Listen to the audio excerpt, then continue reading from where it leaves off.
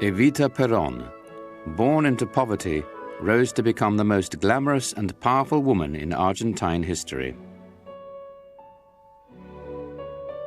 Married to dictator General Juan Perón, she held a nation under her spell.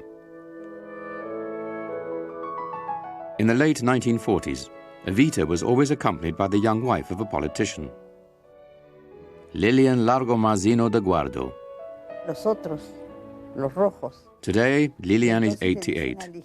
She still remembers the day she first met Evita.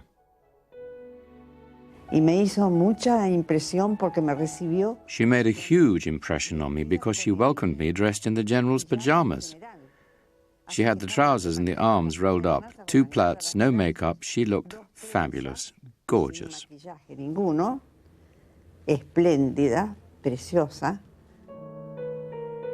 Lilian must have made an impression too, because Evita asked her to become her companion. They were inseparable for 3 years, and during that time, Lilian witnessed the legend of Evita take shape. She remembers Evita brushing aside genteel forms of charity in favor of lavish gestures of generosity.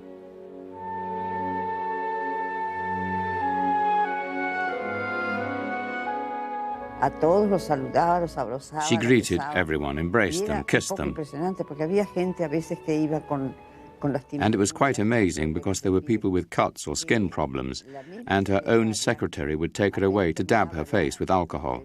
It might be contagious. But she wasn't in the slightest bit worried.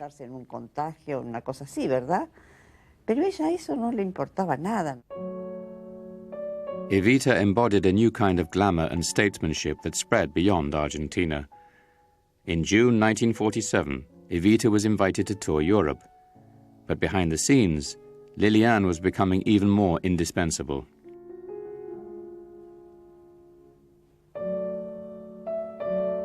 One night, when Lilian was writing her diary, her phone rang.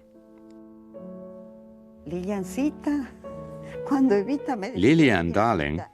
When Evita called me Lilian, darling, I knew she was after a big favor. What are you doing, Lilian, darling? I'm about to write my diary. Oh, but how interesting. Come and write it next to me. So off I go to her room and start to write. After a while, I figure she's falling asleep, so I get up very slowly and tiptoe out. When I get to the door, Lilian, darling, in the end I slept in the armchair. She just wouldn't sleep without me. She must have felt very lonely.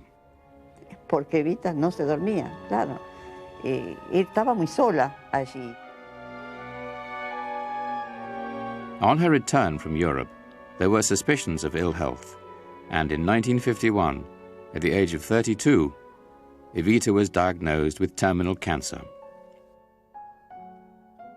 But Argentina was not ready to let her go. Unable to stand, she was corseted in a steel frame hidden under her fur coat, so that she could parade before her devoted public.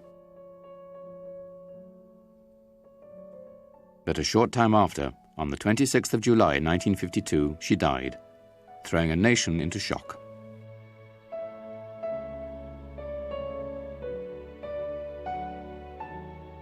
Era un idolo, Evita, en ese momento. She was an icon, she still is. Her charitable work reached so many, and she carried it out with such warmth.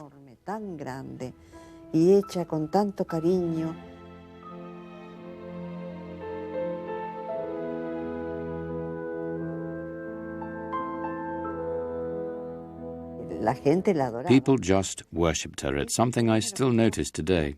There are people who worship Evita, like a saint.